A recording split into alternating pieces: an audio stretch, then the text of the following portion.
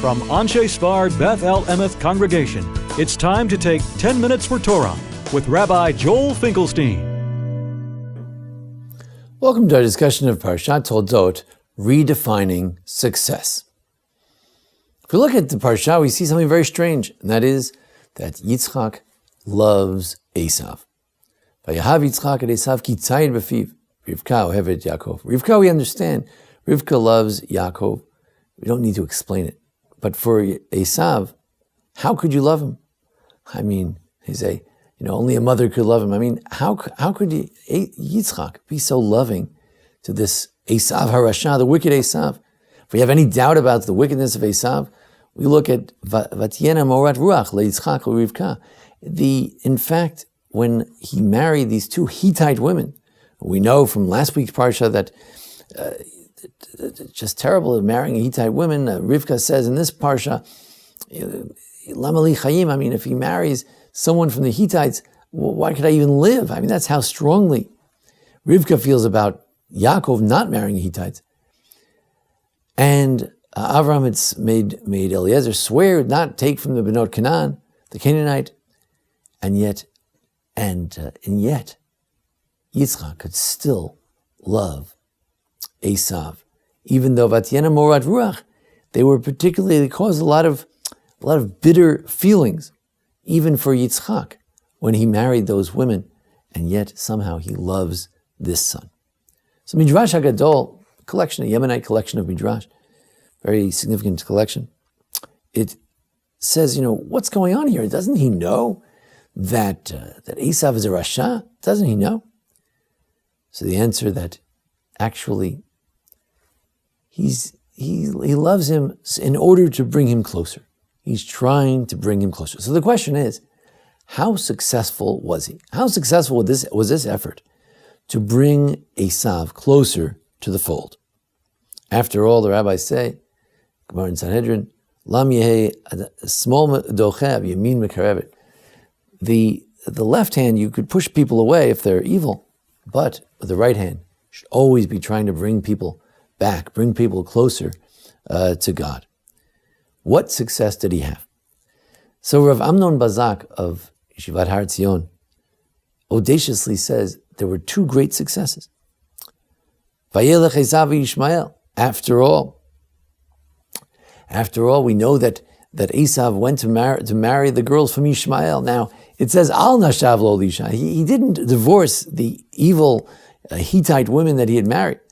But he took Machlad, he married from the daughter of Ishmael. In addition to his wives, at least he wanted to get closer to the family. He wanted to marry someone who wasn't a Hittite. So he also married someone who wasn't a Hittite. It's not a complete success. And yet there's something there. He's trying to connect with the family, trying to connect with Ishmael, who rabbis say did teshuvah. He's trying to go in that direction. Secondly, he says, and this is even more audacious, Yikruvu Yemei Evel Aviv Argad Yaakov Achi. Esav would have killed Yaakov right then and there. I mean, he's a murderer. He's a man of hunting, and it'd be nothing for him to go and kill his brother out of a matter of jealousy. But he says, as long as my father's alive, I just can't do that. As far as my mother goes, the relationship was not so close. But as far as my father, as long as my father's alive, I will not kill my brother. Only when he's gone, then and only then would I kill Yaakov. Says Rabbi Amnon Bazak, this is some kind of an achievement. Some kind of an achievement that his son, as long as he's around, he will not kill him at all. And in fact, we might add to Rabbi Bazak's list two other points. Vayishakeu, eventually when Yaakov and Esav do meet, he does kiss him, and some say, B'kol chocho, he did kiss him with all his might. He somehow found a soft spot for his brother, perhaps due to his love of his father. And that too could be a soft moment, although some say that he actually bit him rather than kissed him. But certainly he forgave him at some level. They had at least a pleasant meeting. He didn't kill him. And we could say that he had some success. And one might add a fourth point, that the Gemara says in Sanhedrin, Meibanav Shel Haman, Lamdu Torah B'nei Brak, the great-grandchildren of Haman, comes from Esav, comes from from Amalek, who comes from Esav. His great-grandchildren learned Torah in Bnei Brak. The rabbi saying the Vuzdaran did Tshuva, the one who destroyed the temple, and he became Jewish. And even Nebuchadnezzar, the evil, wicked Babylonian, he also wished to return to God. So he had some modicum of success. This limited definition of success we can also find by the prophet Eliyahu, with the prophet Elijah. It's very tragic. Elijah is one of the greatest prophets of all time. I mean, we're always looking forward to Eliyahu coming back. We're not looking forward to Isaiah coming back, even though he's such a beautiful prophet. We're looking forward to Elijah coming and saving the Jewish people at the end of days. And yet, he didn't have much success in his day. I mean, there he was. What is a prophet's role if not to chastise in order to help people do tshuva? And who did he administer to? Achav, the wicked Ahab, and his lovely wife Jezebel. And how much success did he have? I don't know, not much. But one might say that there was some success. Hashem says, "Harayita ki nichna Achav milfanai, achin lo avia Rabbi Amav." He says, did you see how Achav, he humbled himself when he found out the bad news about what was to happen? He did humble himself. So therefore, I will not bring the evil in his day. In other words, the fact that Ahab had just a moment of regret and remorse, that was enough that God says, you see what great success we had? Do you see how much you achieved? Do you see how it's not completely a lost cause? And somehow, Eliyahu also had some modicum of success just by the fact that Ahab had a good moment. The Gemara says in Sanhedrin that he was Mahane, Talmidei Chachamim Nechasav, he was Vachram B'Mono, he was easy with his money, he provided for a lot of the scholars and prophets in his day.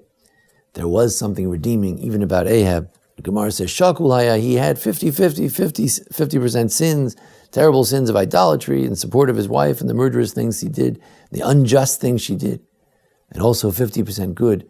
He helped the Talmidei Chachamim, he studied a lot of Torah. It was not a completely lost cause.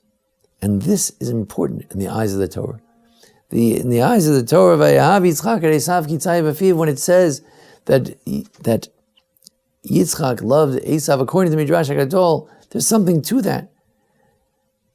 And we don't measure success by everyone becoming a big tzaddik. We measure success by small achievements. If someone, for a moment, has regret and remorse, pangs of tshuva, this is worth the whole world. Rabbi Moshe Lichtenstein once said, if we could impact 95% of the people, 1%, if we could move 95% of the people 1% closer to God, closer to Judaism, closer to the Torah, that would be a huge achievement, maybe even more than influencing 5% of the people, 100%. To change 5%, to change a few people, 100%, maybe it's more important to change a lot of people, 1%. What is the significance of changing someone 1%? Changing someone just a little bit. We have to value that. If we really value life, if we value Torah, if we value teshuvah and repentance, if we value a mitzvah, we have to value what it means to change people even just a little bit. Yitzchak, although people love to say that Yitzchak was the least successful of the forefathers, Ibn Ezra even suggested he became poor in his later days. The Torah actually portrays him in many ways as the greatest, most successful forefather. That he became very great. Rabbi, he had lots of crops, he had lots of tzon and bakar. He was a man of great success, certainly in raising Yaakov, but we might suggest also in being the father also of Esav. And the Gemara says, you picture if he loved Esav, and this is how much wickedness Esav did, picture how much more so he would have done more wickedness. If you can imagine, could there be more wickedness than Esav and his followers have perpetrated in this world?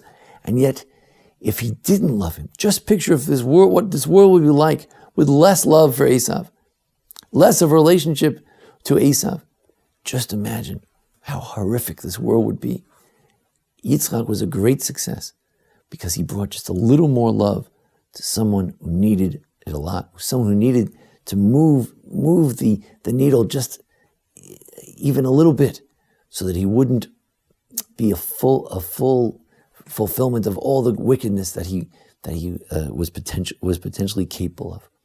This is the success story. We have to redefine success, to recognize the importance of small steps, the importance of small achievements, the importance of every mitzvah, every act of repentance. When we understand that, we can redefine the whole notion of success. Thank you for joining us here at the Anshei Sphard-Beth Emeth congregation here in Memphis, Tennessee. Join us each week for a discussion of the Parsha and the holidays.